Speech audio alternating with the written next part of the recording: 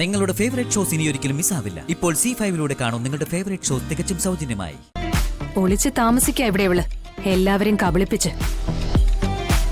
ഇവിടെ ഞാൻ തളർന്ന പിന്നെ ഒരിക്കലും ഇവർക്ക് മുന്നിൽ എനിക്ക് എഴുന്നേറ്റ് നിൽക്കാനാവില്ല. അവസാന നിമിഷം വരെ പൊരുതിയേ പറ്റൂ. കാർത്തികേ, എന്താ ഞാൻ ഈ കേൾക്കുന്നൊക്കെ? അയ്യോ, നുണയാ സത്യമ്മേ, ഈ പറയുന്നത് മുഴുവൻ നുണയാ. എനിക്കങ്ങനെ ഒരു ജയശങ്കറിനെ അറിയില്ല. ഈ പറഞ്ഞ രീതിയിലുള്ള മാതാപിതാക്കളും എനിക്കില്ല.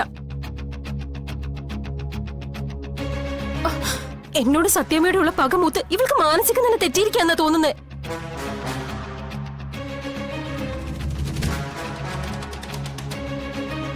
വിഷ്ണു, നിനക്കെന്താ പറയാനുള്ളത്?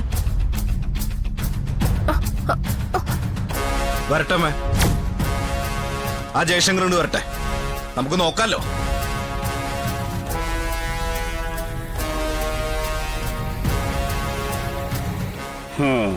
അതെ ഭാമേ, ഈ പറഞ്ഞ ജയശങ്കർ ഇന്നൊരൊന്നല്ലേ പറഞ്ഞത്? അയാൾ വരട്ടെ, എന്നിട്ട് തീരുമാനിക്കാം നമുക്ക് കാര്യങ്ങളൊക്കെ.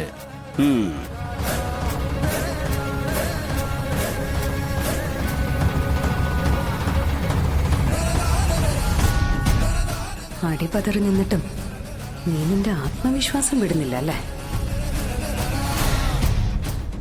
ഇനി നിന്റെ ഒരു കള്ളത്തരവും നിന്നെ രക്ഷിക്കാൻ പോകുന്നില്ല. പെട്ടിയും വട്ടിയെടുത്ത് തയ്യാറായിരുന്നോ? ഇനിയുള്ള നിന്റെ നിമിഷങ്ങൾ ജയശങ്കർ എത്തുന്നത് വരെ മാത്രം.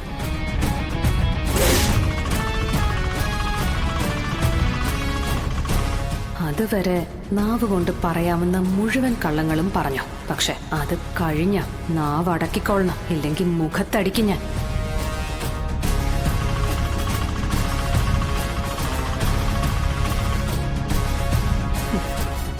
ഇവരുടെ കല്യാണം നടക്കൂന്നായപ്പോ നീ ഓരോ ഇല്ലാ കഥകളുമായിട്ട് വരികയാണല്ലേ? സമ്മതിക്കില്ലടി ഞാൻ.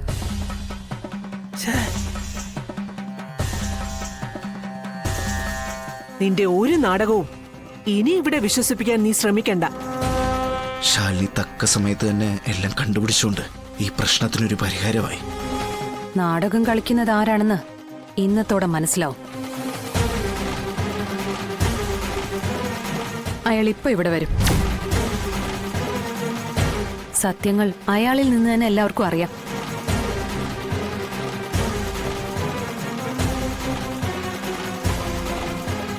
സത്യമ്മേ, എന്നെ വിശ്വസിക്കണം. ഒരു നാടിനെയും നാട്ടുകാരെയും ജനിപ്പിച്ച അച്ഛനെയും അമ്മയും കെട്ടാൻ ഒരുങ്ങി വന്ന ഒരു ചെറുപ്പക്കാരനെയും വഞ്ചിച്ചിട്ടാ ഇവളിവിടെ വന്ന അനാഥത്വത്തിന്റെ കാര്യവും പറഞ്ഞ് എല്ലാവരെയും ചതിച്ചു നടക്കുന്നത്.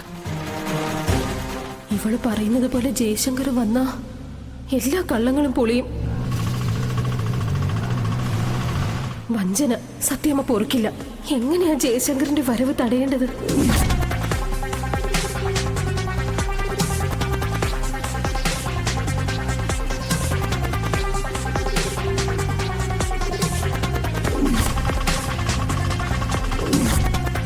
തടഞ്ഞേ പറ്റൂ.